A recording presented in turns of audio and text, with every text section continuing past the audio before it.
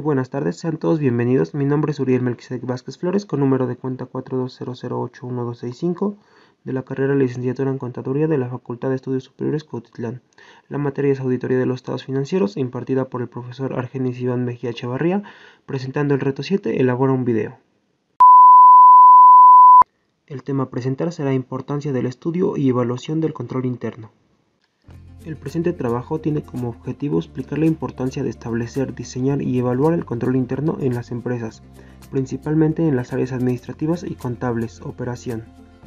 De acuerdo a normas y procedimientos de auditoría, el control interno debe de tener una estructura básica dentro de la empresa basándose en los siguientes elementos, como son tener un buen ambiente de control, en donde combinará los factores que afectan las políticas y procedimientos de la empresa, de tal manera que evaluará los riesgos identificando, analizando y administrándolos para que no desvirtúen los objetivos. Todo esto mediante sistemas de información y comunicación que provoquen una cuantificación de la información, estableciendo procedimientos de control con el fin de proporcionar una seguridad razonable de que los objetivos específicos se van a lograr de forma eficaz y eficiente, teniendo una responsabilidad y papel importante el Consejo de Administración, que se encargará de establecer y mantener los controles internos establecidos, esto mediante una vigilancia concreta y cercana para observar si estos están generando los objetivos establecidos, mediante una operación eficaz en operaciones, evaluando el diseño y los resultados que traigan consigo.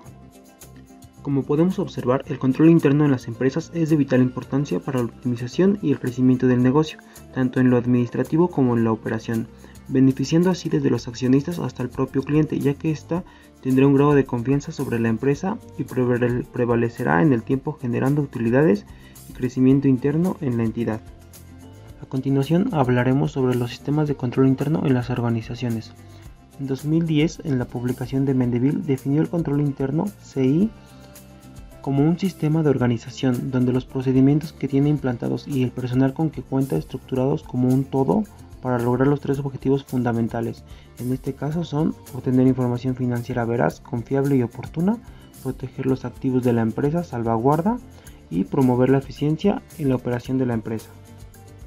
El control interno comprende el plan de organización y todos los métodos y medidas en un negocio para salvaguardar sus bienes, verificar la exactitud y seguridad de los datos de contabilidad, desarrollar la eficiencia de las operaciones y fomentar la adhesión a la política administrativa según TEIS 2004. Además, nos menciona los objetivos fundamentales, como proteger los activos de la empresa, obtener información correcta y confiable, así como los medios para comprobarla, promover la eficiencia de las operaciones y lograr la adhesión a las políticas de la dirección de la empresa. Como podemos observar, ambos autores coinciden con el concepto del CI. Sin embargo, Telles menciona un cuarto objetivo, el cual consiste en la adhesión de las políticas de la dirección, en lo que se está de acuerdo con él, ya que para establecer los controles en las empresas es el departamento administrativo quien los establece y les da el seguimiento. Como mencionamos al principio, el CI tiene una estructura básica dentro de la empresa, las cuales se presentan a continuación. El ambiente o entorno de control marca la pauta del funcionamiento de una empresa e influye en la concienciación de sus empleados respecto al control, en la base de todos los demás componentes del control interno, aportando disciplina y estructura. Los factores incluyen la integridad, los valores éticos y la capacidad de los empleados de la empresa. El núcleo de un negocio en su personal, sus atributos individuales, incluyendo la integridad, valores éticos y profesionalidad, y el entorno en el que trabaja. Los empleados son el motor que impulsa la entidad y los cimientos sobre los que descansa todo. El entorno de control propicia la estructura en la que se deben cumplir los objetivos y la preparación del hombre que hará que se cumplan. Evaluación de los riesgos. En la publicación de Perdomo 2004 establece: las organizaciones de todos los tamaños se enfrentan a un sinnúmero de riesgos desde fuentes internas y externas. La evaluación de riesgos es la identificación y análisis de aquellos que se relacionan con el logro de los objetivos, formando una base para determinar la forma en que deben controlarlos. Aunque tomar riesgos prudentes es necesario para crecer, la administración debe identificarlos y analizarlos, cuantificar su magnitud y promover su probabilidad y sus posibles consecuencias. La evaluación del riesgo no es una tarea a cumplir de una vez para siempre. Debe ser un proceso continuo, una actividad básica de la organización, como la evaluación continua de la utilización de los sistemas de información o la mejora continua de los procesos. Los procesos de evaluación del riesgo deben estar orientados al futuro, permitiendo a la dirección anticipar los nuevos riesgos y adoptar las medidas oportunas para minimizar o en caso de eliminar el impacto de los mismos en el logro de los resultados esperados. La evaluación del riesgo tiene un carácter preventivo y se debe convertir en parte natural del proceso de planificación de la empresa. Sistemas de información. La contabilidad capta las operaciones, las procesa y produce información financiera necesaria para que los usuarios tomen decisiones. Estas decisiones se tomarán adecuadamente cuando la información financiera posea determinadas características, útil y confiable. Por lo tanto, el auditor usará la información financiera en el trabajo que realiza, según Osorio 2007. En la actualidad, nadie concibe la gestión de una empresa sin sistemas de información.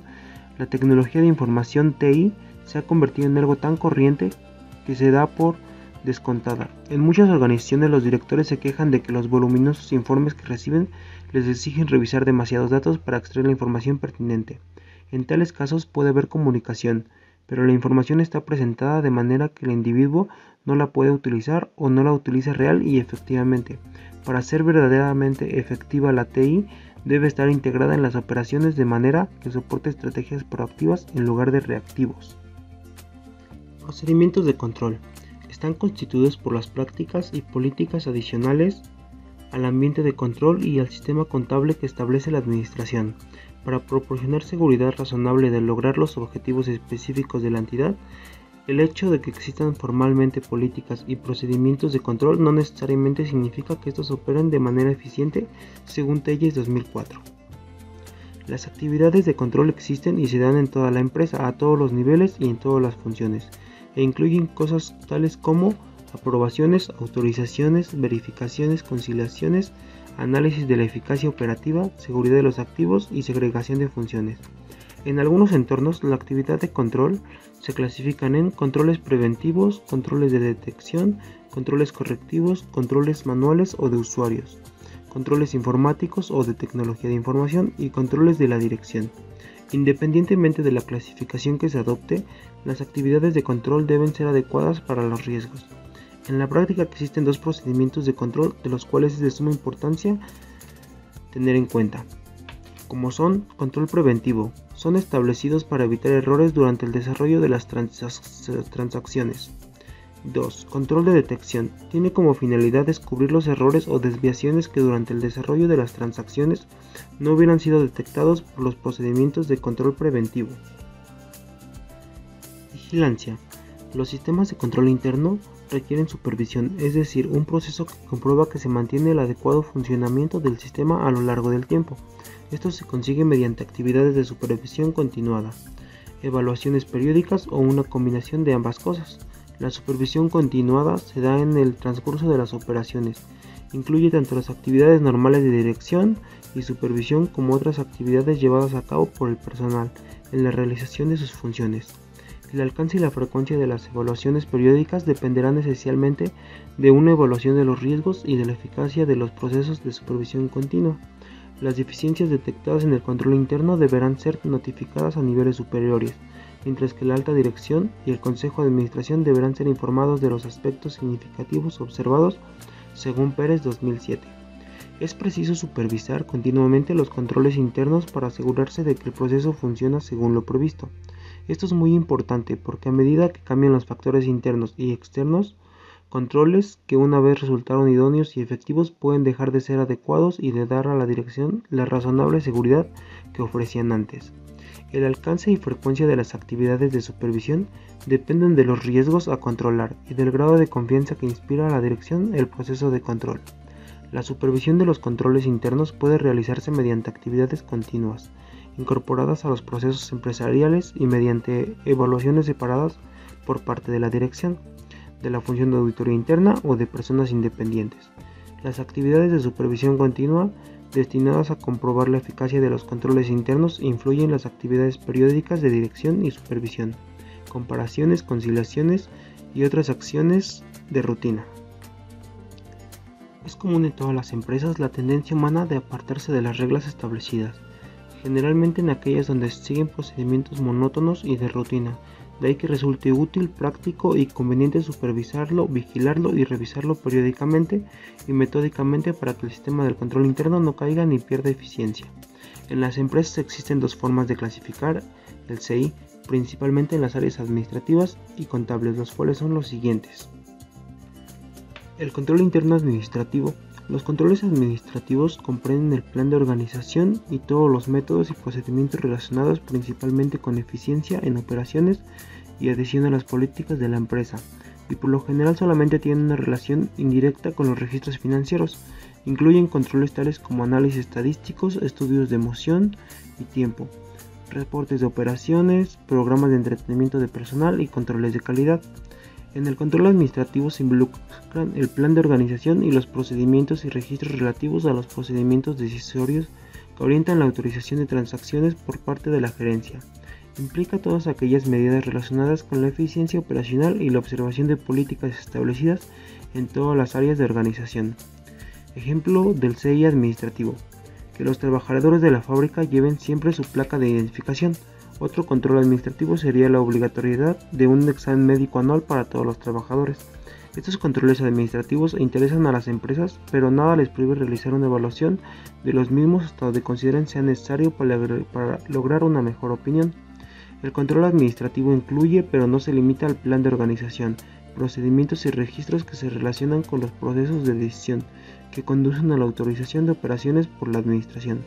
Esta autorización es una función de la administración asociada directamente con la responsabilidad de lograr los objetivos de la organización y es el punto de partida para establecer el control contable de las operaciones. El control interno contable. Con este control se busca la protección de los activos de la empresa, donde además se pretende obtener información financiera veraz, confiable y oportuna. Este control se efectúa de acuerdo a las autoridades generales o específicas de la administración según Perdomo 2004. Los controles contables comprenden el plan de organización y todos los métodos y procedimientos relacionados principal y directamente a la salvaguardia de los activos de la empresa y a la confiabilidad de los registros financieros. Generalmente incluyen controles tales como el sistema de autorizaciones, aprobaciones con registros y reportes contables de los deberes de operación, custodia de activos y auditoría interna. Ejemplo: la exigencia de una persona cuyas funciones envuelven en control de dinero no deba participar también en los registros contables. Otro caso, el requisito de que los cheques, órdenes de compra y demás documentos estén prenumerados. Como se puede observar en la clasificación del control interno anterior, ambos controles deberán ser establecidos por los dos departamentos correspondientes. Sin embargo, muchas veces los controles son establecidos por el departamento administrativo, es decir, los dueños o directivos de la empresa son quienes los establecen como control administrativo. Sin embargo, es el control contable quien lo ejecuta y evalúa. Un ejemplo es la administración establece que las conciliaciones bancarias se realizarán en los primeros 5 días después del mes a conciliar. Otro ejemplo es las tomas físicas de inventarios mensuales deberán ser terminados a más tardar el último día de cada mes. Como se ha mencionado anteriormente, un control establecido no significa que éste se esté ejecutando adecuadamente. Es por ello la necesidad e importancia de evaluar dichos controles internos. La evaluación del control interno es la conclusión a la que se llega, el juicio que se forma en la mente del auditor al recibir los resultados del estudio o análisis anterior. La evaluación del CI es la impresión que el auditor se fija con respecto a si el control interno de la empresa resultó bueno o defectuoso, es decir, si permite o no el logro de sus objetivos. La forma en que el contador público resuelve si el CI es razonable o insuficiente es en principio por la comparación de estándares ideales entre el CI vigente. A continuación hablaremos sobre los 3 métodos para evaluar el CI, que son descriptivo, cuestionario y gráfico. A continuación describiremos los 3 métodos para evaluar el CI, los cuales son descriptivos, cuestionario y gráfico, según IMCP 2009. El método descriptivo consiste en la explicación por escrito de las rutinas establecidas para la ejecución de las distintas operaciones o aspectos específicos del control interno, es decir, es la formulación de memorando donde se transcribe en forma fluida los distintos pasos de un aspecto operativo. Método de cuestionario. En este procedimiento se elabora previamente una relación de preguntas sobre los aspectos básicos de la operación a investigar y a continuación procede a obtener la respuesta a tales preguntas. Generalmente estas preguntas se formulan de tal suerte que una respuesta negativa advierta debilidades en el control interno.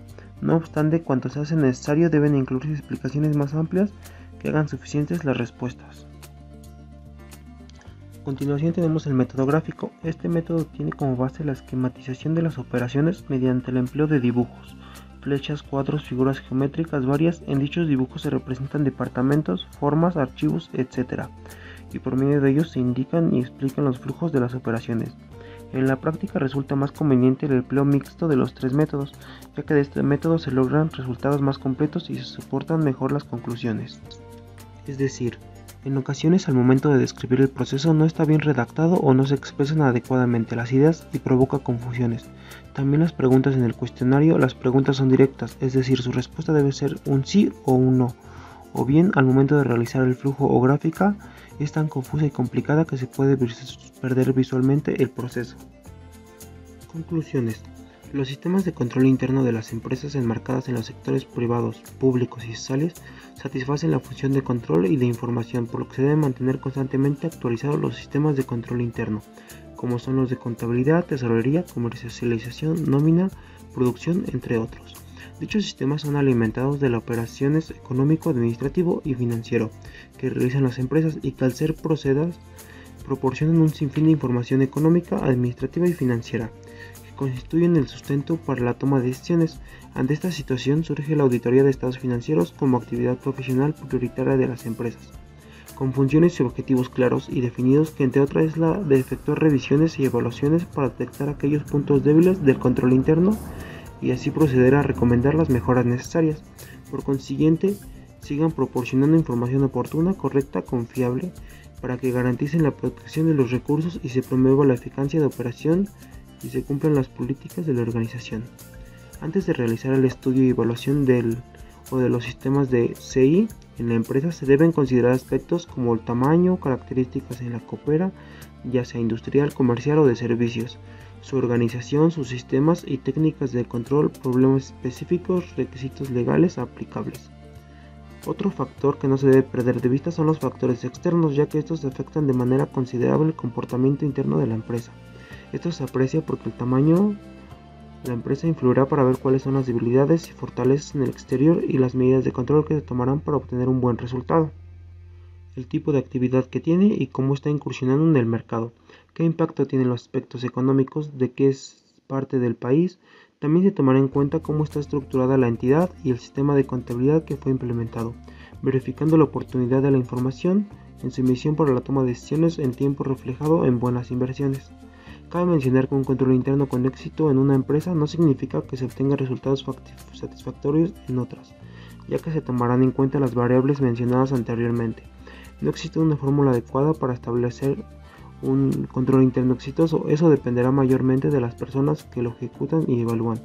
Es recomendable que toda empresa defina las políticas, métodos y procedimientos de control interno que ayuden a establecer las acciones que permitan crear mecanismos de prevención o corrección, que son los procedimientos de control, y una correcta evaluación del control interno, con la finalidad de buscar la mejora continua en las áreas administrativas y contables de la empresa para que la información sea veraz y oportuna en todos los aspectos. Y bueno, eso fue todo, espero les haya gustado, no olviden darle like al video y suscribirse para ver más contenido.